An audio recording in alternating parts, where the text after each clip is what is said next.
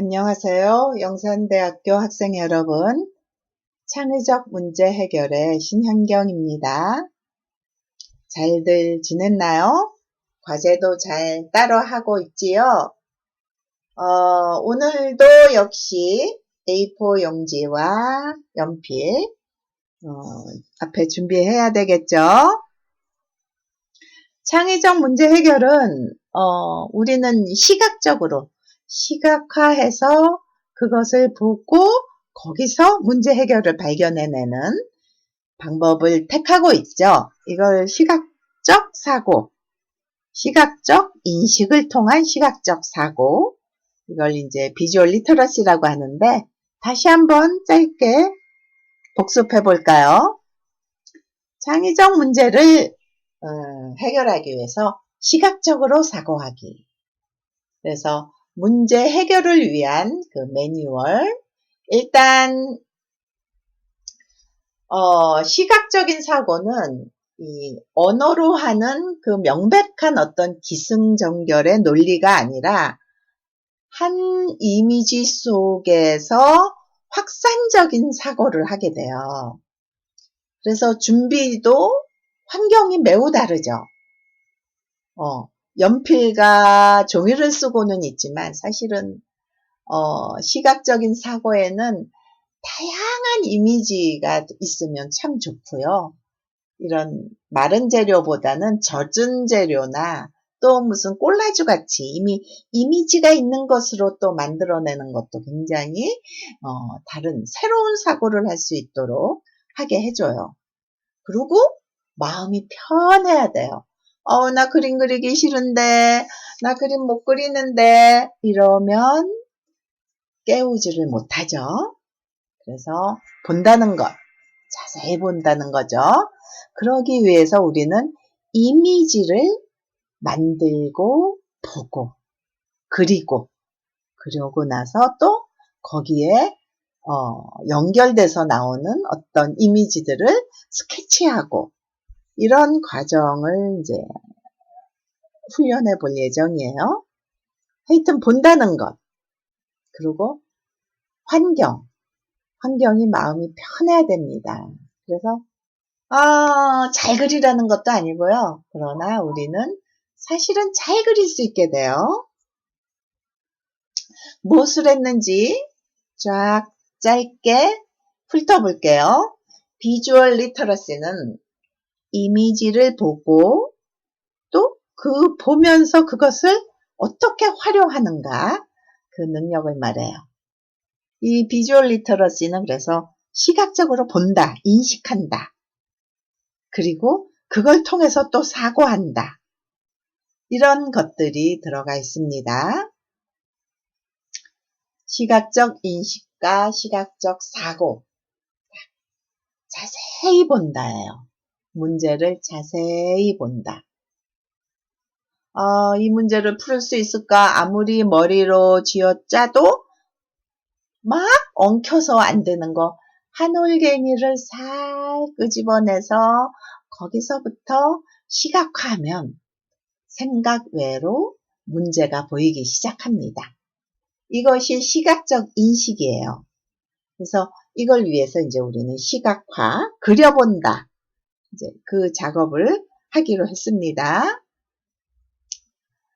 그러고 나서 시각적 사고를 하게 되는데요. 이게 그러니까 한 번에 되는 게 아니라 보고 거기서 또 연상을 하고 그림을 그리면 또 그림을 그리는 과정에서 또 다른 실마리들이 풀어져 나오고 그런 식으로 이제 반복돼서 돌아가면서 다시 확산되는 이런 게 시각적 사고예요. 그러니까 그 시각적 사고가 아닌 문자적 사고는 일직선이죠.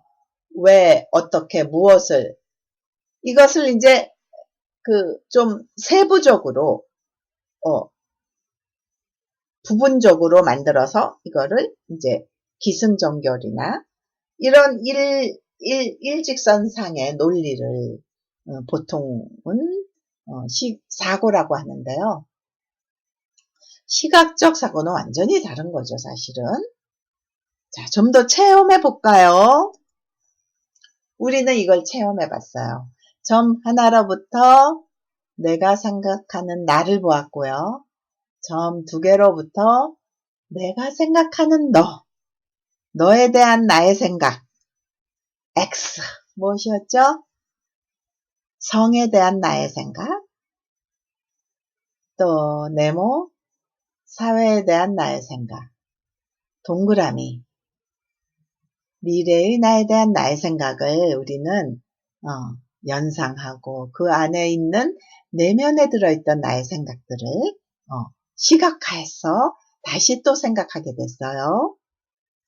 또 마지막 직사각형의 선이 아래 그어 있는 거, 모자 같은 거죠? 이건 죽음에 대한 나의 생각이었어요.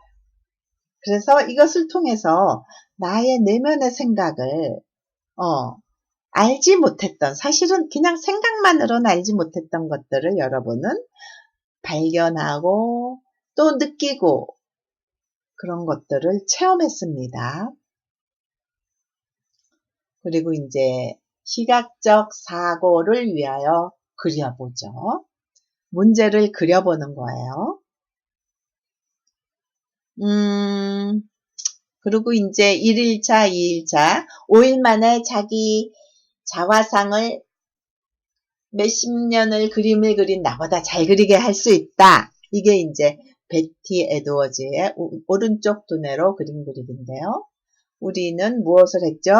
간단하게 해보기로 했습니다. 1일차에 생각나나요? 옆 얼굴 그리면서 꽃병 그리기. 그리고 과제로 괴물 옆 얼굴 그리면서 바라쿠 꽃병 그리기예요. 2일차로는 순수 윤곽 소묘예요. 그리는 손 안 보고 그려봤죠? 그리고 과제로 여러 가지 꽃이라든가 무색물체, 종이를 구겨서도 한 장 그려보기로 했습니다. 오늘 할 예정입니다. 여백 그리기예요. 자, 오늘은 여백을 그린다는 건데 여백이라는 게 이 컵의 여백이죠. 지금 뭐 요런 거는 좀 무시해도 되고요. 예. 여백이라는 거는 형태선을 사실은 여백과 여러분이 가지고 있는 A4 사이즈 용지가 요 사이즈가 되죠. 그리고 요 여백과 요 컵의 가장자리 선을 따라서 여러분이 그리게 됩니다. 근데 이 안은 그릴 필요가 없어요. 자, 여기 옆선.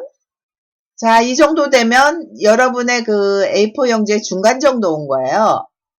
좀 더 내려와서 또 동그랗게 거의 곡선으로 그리고요. 요 정도가 되면 이제 가로선의 가운데 정도가 되죠.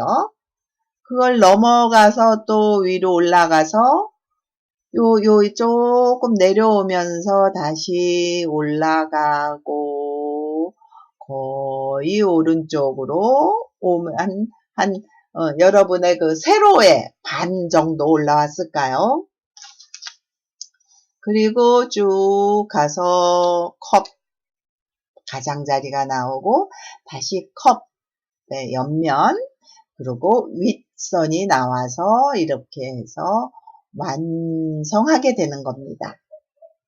그러니까 뭐 좀 자신이 없으면 일단 여러분의 A4 용지를 반으로 접어봐요.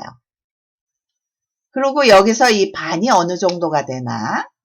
그러면서 거기서부터 반에서 요렇게까지 왔지? 요 정도 내려왔지? 좀 더 내려왔지? 4분의 1 정도? 뭐 이런 식으로 해서 가장자리를 그리고 요 여백을 채우는 거죠. 색칠로. 여기도 여백 있네요. 요거에 맞춰서 여백도 넣어보고. 요 여백에는 뭐가 마음대로 하세요.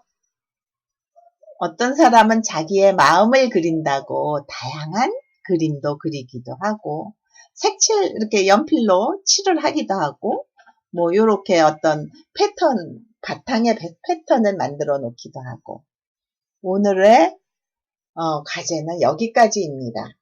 그래서 여백을 그려보고, 그리고 다음 주에는 거꾸로 놓고 보고 그리기를 할 예정이에요.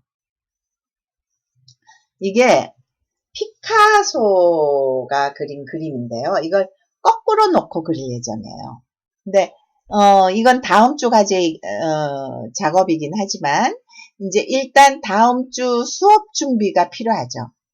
요거를 이제 요 파일을 제가 요번 주에 이제 참고 자료로 올려줄게요. 한 장 프린트해서 A4 용지에 가득 차게 프린트해서 이거를 거꾸로 그릴 거예요. 거꾸로 그리기는 이제 언어를 없애는 거죠. 그러니까 다음 주까지 요거 한 장을 프린트해서 가져왔으면 좋겠어요. 그러면 훨씬 쉽게 우네로 그린다는 거. 문자를 끄고, 그러니까 얼굴을 그린다, 뭐 이런 걸 끄고, 비례와 기울기 이런 걸 열심히 보는 것에 집중하도록 하는 훈련을 할 예정입니다. 자, 다음 주에 부탁해요. 한 주 잘 지내고요. 다음 주에 봅시다.